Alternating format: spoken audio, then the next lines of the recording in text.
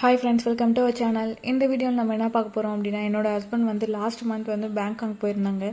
So அந்த trip தான் பார்க்க போகிறோம்.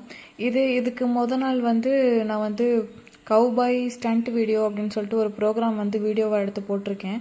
அது என்னன்னா லைவாக எல்லாமே பண்ணுவாங்க. கன் ஷூட்டாக இருக்கட்டும், பாம் பிளாஸ்டாக இருக்கட்டும், எல்லாமே லைவாக ஆகும். ஸோ உங்களுக்கு பிடிச்சிருந்துச்சுன்னா நீங்கள் போய் அந்த வீடியோவும் போய் பாருங்கள். இது என்னன்னா வேர்ல்டு சஃபாரி அப்படின்னு சொல்லிட்டு ஒரு ஏரியாவில் எல்லா புலியுமே அழகாக அமைதியாக மலைக்கு ஒதுங்கி ஒரு இடத்துல இருக்கும்போது எடுத்தது.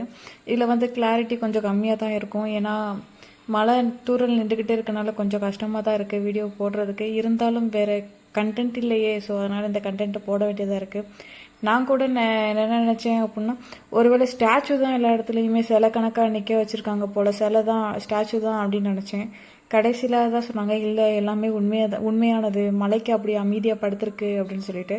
லாஸ்ட்டாக ஒரே ஒரு சிங்கம் மட்டும்தான் இல்லைடா நாங்கள் உண்மைடா அப்படின்னு சொன்ன மணிக்கே ஒரு லைட்டாக ஒரு உரிமை விட்டு அந்த மணிக்கு ஒரு எந்திரிச்சு நிற்கும். ஸோ இந்த வீடியோ வந்து எனக்கு வந்து கொஞ்சம் நம்ப மணிக்கே இல்லை. அப்புறமா அந்த சிங்கம் நகண்ட பிறகு தான் சரி ஆமாம் உண்மையான புலி சிங்கம் அப்படின்னு சொல்லிட்டு கன்வே ஆச்சு. அதுக்கப்புறமா இதுக்கு அடுத்தது வந்து நிறைய அனிமல்ஸ் எல்லாம் எடுத்திருந்தாங்க.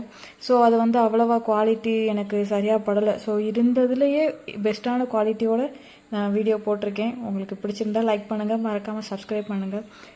என்னோடய ஹஸ்பண்ட் இந்த மணிக்கு நிறைய டூர்லாம் போவாங்க. ஸோ ஒரு டார்கெட் கொடுத்துருப்பாங்க. அந்த டார்கெட்டை ஃபினிஷ் பண்ணியாச்சு அப்படின்னா கம்பெனிலேருந்து இந்த மணிக்கு டூர் கூப்பிட்டு போவாங்க. ஸோ அந்த மணிக்கு தான் நிறைய இது போகிறது.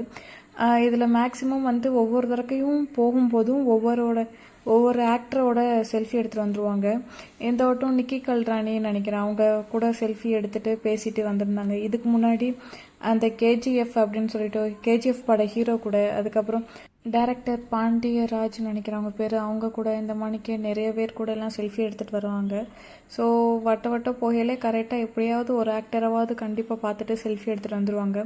இதில் வந்து நிறைய ஜீப்ரா இருந்திருக்கும், அதுக்கப்புறமா இந்த டைகர்லாம் இருந்திருக்கும். எல்லாமே மலைக்கு அழகாக படுத்து ஒரு இடத்துல செட்டிலாக இருந்துச்சு.